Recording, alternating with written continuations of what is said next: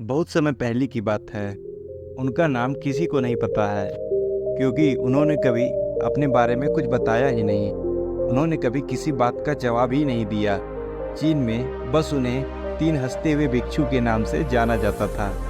वे तीनों सिर्फ एक ही काम करते, एक गांव में प्रवेश करते हैं, बाजार के बीचों बीच खड़े होते हैं और हंसना चालू कर देते हैं। अपने पूरे ताकत के साथ हंसते हैं। अचानक लोगों का ध्यान उनकी तरफ खिंचा चला आता और धीरे धीरे उनके चारों तरफ एक भीड़ सी इकट्ठा हो जाती। वे इतनी एकाग्रता के साथ हंसते कि उनकी हंसी देखकर सारा गांव हंसने लग जाता। जब वह पूरा गांव हंसी के समुद्र में डूब जाता तो वे दूसरे गांव चले जाते। अपनी हंसी से ऐसा माहौल बना देते कि लोग अपने सारे दुख दर्द भूलकर सिर्फ हंसने लग जाते। धीरे धीरे चीन के लोग उन्हें बहुत प्यार करने लगे और वे पूरे चीन में फेमस होते चले गए। उन्हें थ्री लाफिंग मॉन्क के नाम से जाना जाता था। लोग उन्हें बहुत प्यार करते और उनका सम्मान करते।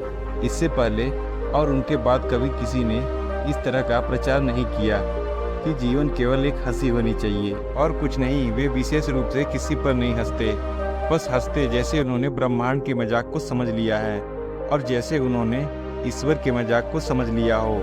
और उन्होंने एक शब्द का उपयोग किए बिना पूरे चीन में इतना आनंद फैला दिया कि आज से पहले किसी ने न फैलाया था। हंसते हंसते उनका नाम बन गया थ्री लाफिंग मॉन्क। पूरे चीन में घूम घूम कर लोगों को हंसाते हुए समय के साथ तीनों बूढ़े हो गए।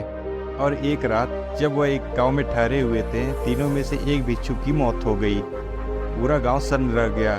पूरा गांव बहुत ज़्यादा उम्मीद कर रहा था, क्योंकि उन्हें लगता था जब उनमें से एक की मृत्यु हो जाएगी तो बाकी दो जरूर रोएंगे।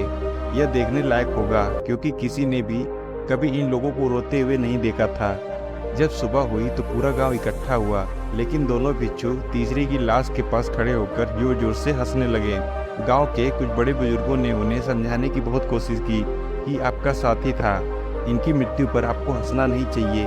तब दिन में पहली बार भिक्षुओं ने लोगों से बात की और कहा, हम हंस रहे हैं क्योंकि यह आदमी जीत गया है। हम हमेशा सोचते थे कि पहले कौन मरेगा, लेकिन इस आदमी ने पहले मरकर हमें हरा दिया। हम अपनी दोस्त की जीत पर हंस रहे हैं। इसके अलावा यह कई वर्षों तक हमारे साथ रहा। हम एक साथ एक दूसरे की मौजूदगी का आनंद लिया करते थे। उसे अंतिम विदा देने का इससे बेहतर तरीका और क्या हो सकता है। हम केवल हंस सकते हैं। पूरा गांव उदास था।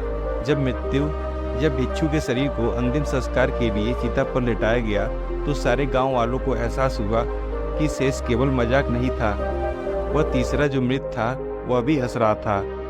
चीन में यह प्रथा थी कि जब इंसान की मृत्यु हो जाती तो उसे पुराने कपड़े उतारकर नहलाकर उसे नए कपड़े पहना दिए जाते। लेकिन मरने से पहले उस भिक्षु ने अपने साथियों से अपने कपड़े न बदलने के लिए कहा था। तीसरे भिक्षु ने कहा, मुझे स्नान मत कराना, क्योंकि मैं अशुद्ध हुआ ही नहीं। मेरे जीवन में इतनी हंसी आई कि कोई अशुद्धि जमा ही नहीं हो सकती थी। मैंने कोई धूल जमा नहीं की है। हंसी हमेशा युवा और ताज़ा होती है, इसलिए मुझे नहलाकर मेरे कपड़े मत बदलना। जब तीसरे भिक्षु के शरीर पर आग लगाई गई तो गांव वालों को पता चला कि उस भिक्षु ने मरने से पहले अपने कपड़ों में कुछ पुरानी चीनी पटाखों को छिपा रखा था, जो आग लगने के बाद फटकर आसमान में रंग बिरंगे फैल गए। और यह देखकर एक बार पूरा गांव जोर जोर से हंसने लगा। तो इस तरह से वह तीसरा मोम मरने के बाद भी सारे गांव वालों को हंसा गया। और यह देखकर शेष दोनों भिक्षु ने कहा, चालाक आदमी तो मर चुका है, लेकिन उसने हमें एक बार फिर हरा दिया।